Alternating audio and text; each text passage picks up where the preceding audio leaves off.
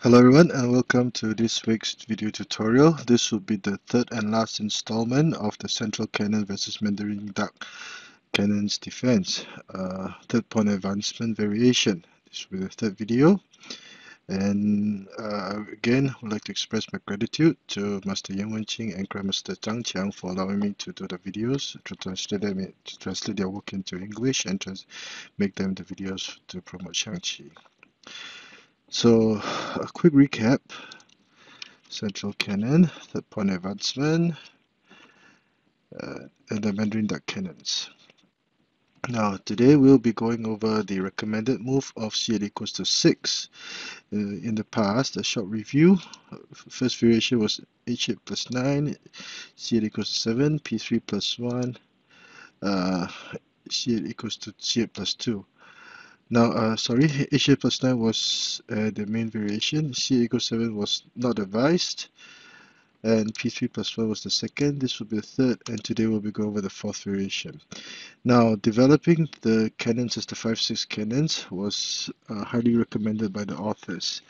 Now, one of the main ideas behind this move is that it would prevent, this cannon would prevent black from retreating or discourage black from retreating this cannon over here and traverse it to this side of the board, because if it did, the cannon would simply move forward and black's intentions or the rest of his opening will fail. So this is one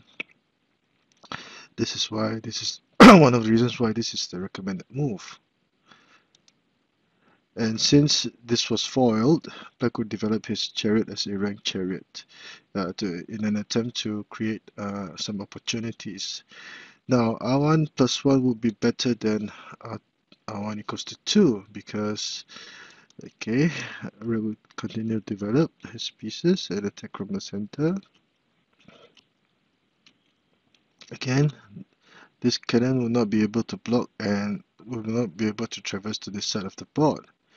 So Black's position is tedious and he would have to find he would have to be ingenious or be able to maneuver material nicely. So that is why R1 equals to 2 is advised. Now, if instead of C1 minus 1, let's say Red tried to attack, again, this cannon would be a very powerful move, blocking the horse and preparing to charge the central pawn forward to capture the black horse. Let's say if C8 equals to 6 were played, Red would take the opportunity to develop his chariot. And since H8 plus 6 was played, the threat of C1 minus 1 would now not exist anymore. So the check, and as can be seen, black's formation is in disarray. The cannon is vulnerable to attack. The chariot will have to protect it, but this would mean that the horse would not get any development, and there will not much that this cannon or this horse can do at the moment. So black would have his hands full trying to deal with the situation, and this is one of the reasons why the 5-6 cannons is quite a good option. So back to the board. So as mentioned earlier, R1 equals to 2 is not a good idea. So Red will take the opportunity to develop his left flank. So far so good, very balanced development. And Black will try to, since he cannot retreat this cannon, he will retreat this cannon and try to find some counter, and as the board goes on. Now another variation was given whereby Red would try to play R1 equals to 4, but Red would not have to fear anything at all. So C6 to defend and protect the cannon, and Red would now develop his left flank.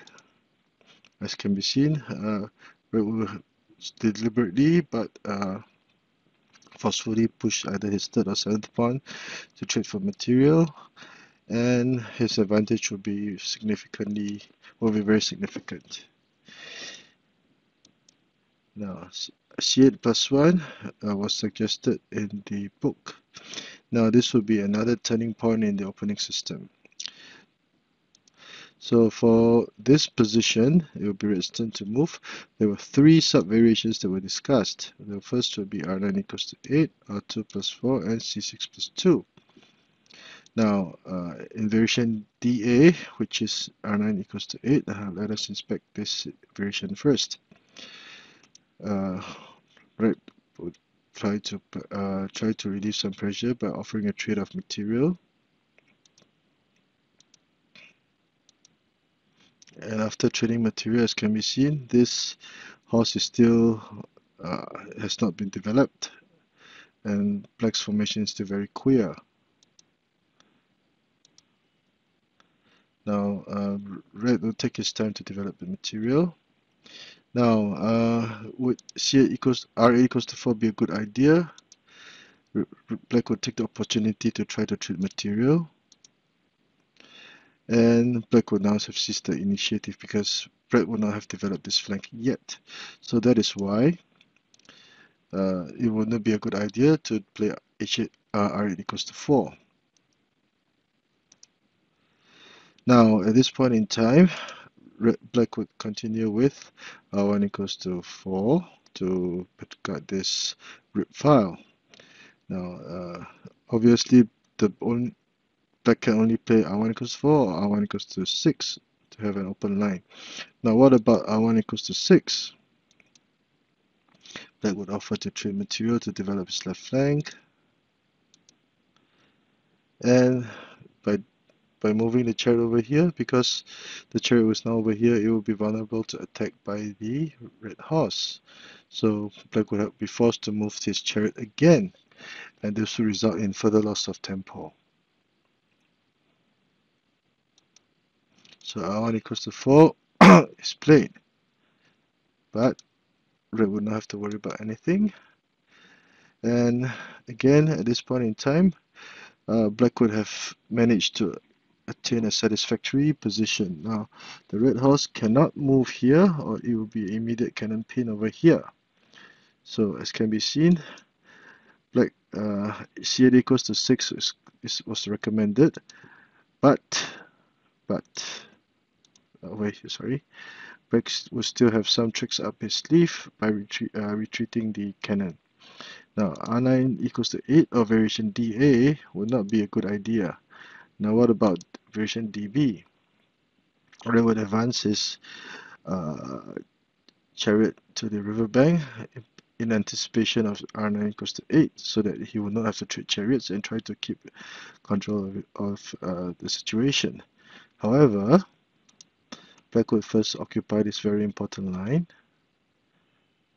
and this would be a necessary move to make. Now, R9 equals to 8 would not be a good idea because now black will command this very important intersection. So, before red can do so, black must control this line to have a chance for survival.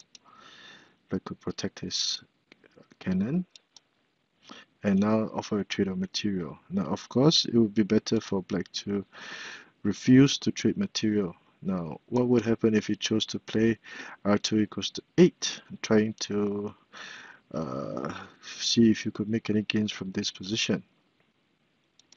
Black would simply play C2 plus 2. Red will try to trade material. But at this point in time, we can see that black is prepared to counter with C8 equals to 2. So red will not have gained much for his efforts, and black will still have a very, very playable game. So that is why R2 equals to 4 would be the recommended move. Now, black would have to be aggressive with R4 plus 5. He cannot try to continue to trade material to try to adjust his formation because black will simply not have it. D7 plus 1, R4 equals to 3.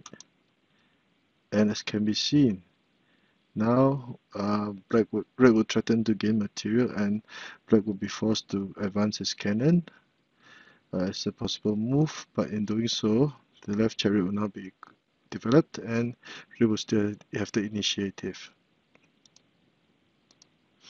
So R4 plus 5 was recommended and not to trade chariots. And Red would take the jump at the chance to develop his left flank. And as can be seen, this would be one of the inherent weaknesses in Black's formation. With this move, the elephant cannot move, and this would further hamper the development of this horse, and Black's position is very, very, very cramped. Now both colors will be pestering each other in this sticky situation. There will be pros and cons, but it's too complicated to really identify who has the significant advantage. But perhaps Red would have a slight advantage in this one. So this would be variation dB. So in variation dA, R9 equals to 8, variation dB is R2 plus 4. Now the recommended move in the book would be to utilize the 5-6 cannons. Now this is a very good move, but Red did not fear about trading material. Usually, Black will continue with C9 equals to 6. Now why can't Red still offer to trade material? The answer is very simple. Because Black would simply play c5 plus 4. If c5 plus 4 were played, Red would not threaten to checkmate with the double cannons checkmate. Now if the horse captured, bam. Now Black would lose material and all hell would break loose. So that is why R9 equals to 8 would not be a possibility at this point in time. And Black would have to play R9 equals to 6 to try to control now the more important lines. And Red will continue to develop his chariot as a ranked chariot, and which can be slightly unusual. Now, but generally speaking, this will be the move that's recommended, because if R9 equals to 8 were played, Black would still play R2 C2 plus 2, and the efficiency of this chariot would be very limited. With R9 plus 1, Black would protect this fruit rank and also attack any of the relevant files. Consolidating his defense. And then equals to 6, which is a brilliant move, preparing to apply a skewer. And Black would move his chariot to safety. Now, what would happen if Black tried to foil the skewer with R1 plus 4? Immediately, the pawn would charge forward. And at this point in time, Red will now have dealt with the issue of underdevelopment of his horses, and they will now be ready to go with a very vicious attack on the central file.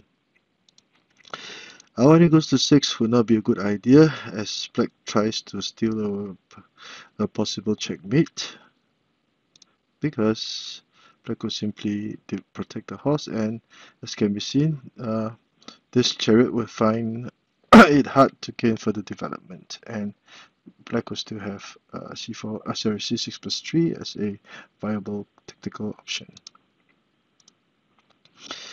So after R9 equals to 6, Black would play c6 plus 2, trying to gain control of the riverbank.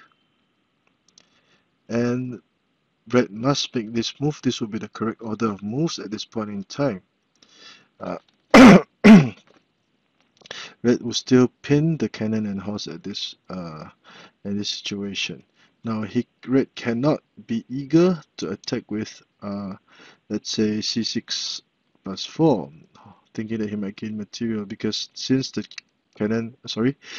Black chariot was already at the riverbank, Black will only have to advance the cannon to the riverbank for attack. And Black will immediately pounce on the chance to develop his left flank. And Black would beef up his defense in an instant. So at this point in time, Red would not have gained anything for his efforts, and actually allowed Black to develop his material. So let's say if Red tried to attack with this move, thinking that he could capture the chariot, black would simply counter with c8 equals to 5, and black would have failed to realize his plans. R6 plus 5 would also not be an option because, again, black would take the opportunity to attack and launch a counter-offensive. A4 plus 5 would not be a good idea either, because now black would initiate a trade of material.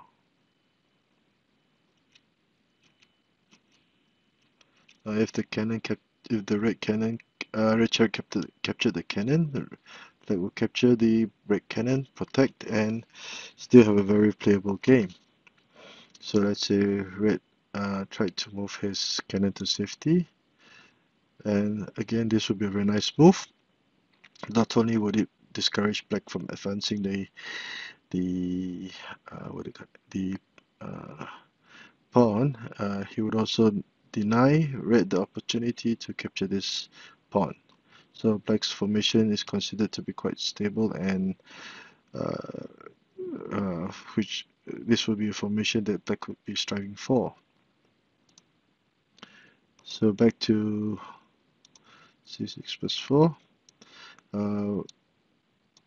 He cannot be brash, and instead red should attack with r2 plus 6.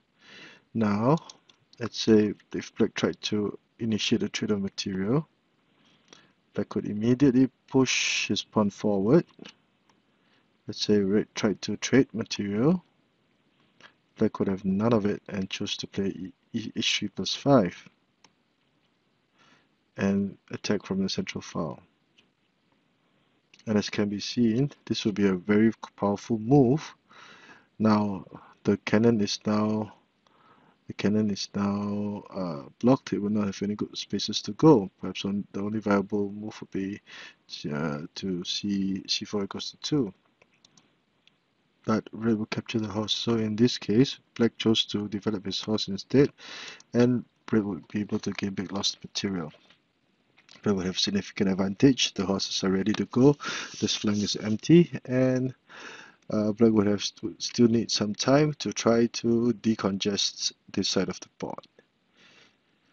So as can be seen, the Mandarin duck cannons, the third pawn variation, is actually quite a complicated counter, but it can still be seen in tournaments occasionally,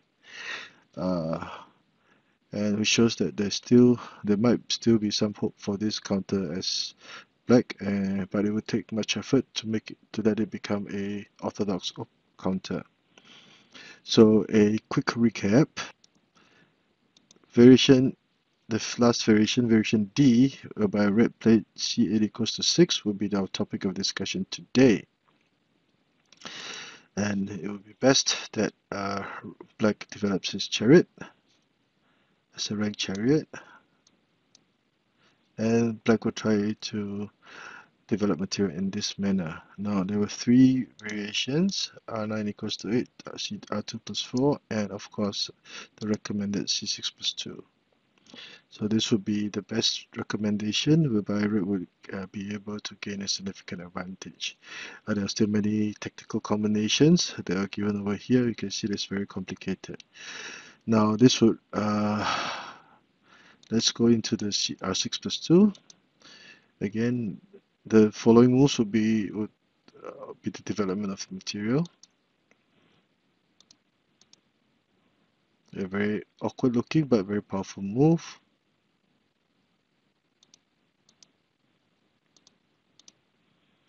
And after trading material,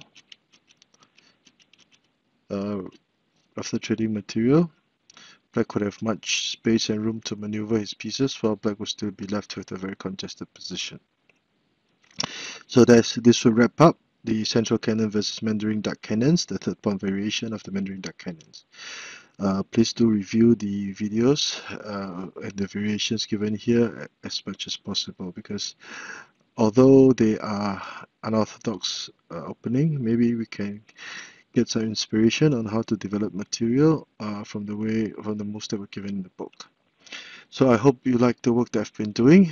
If you do, please give me a like for this video and subscribe to my channel. Thank you.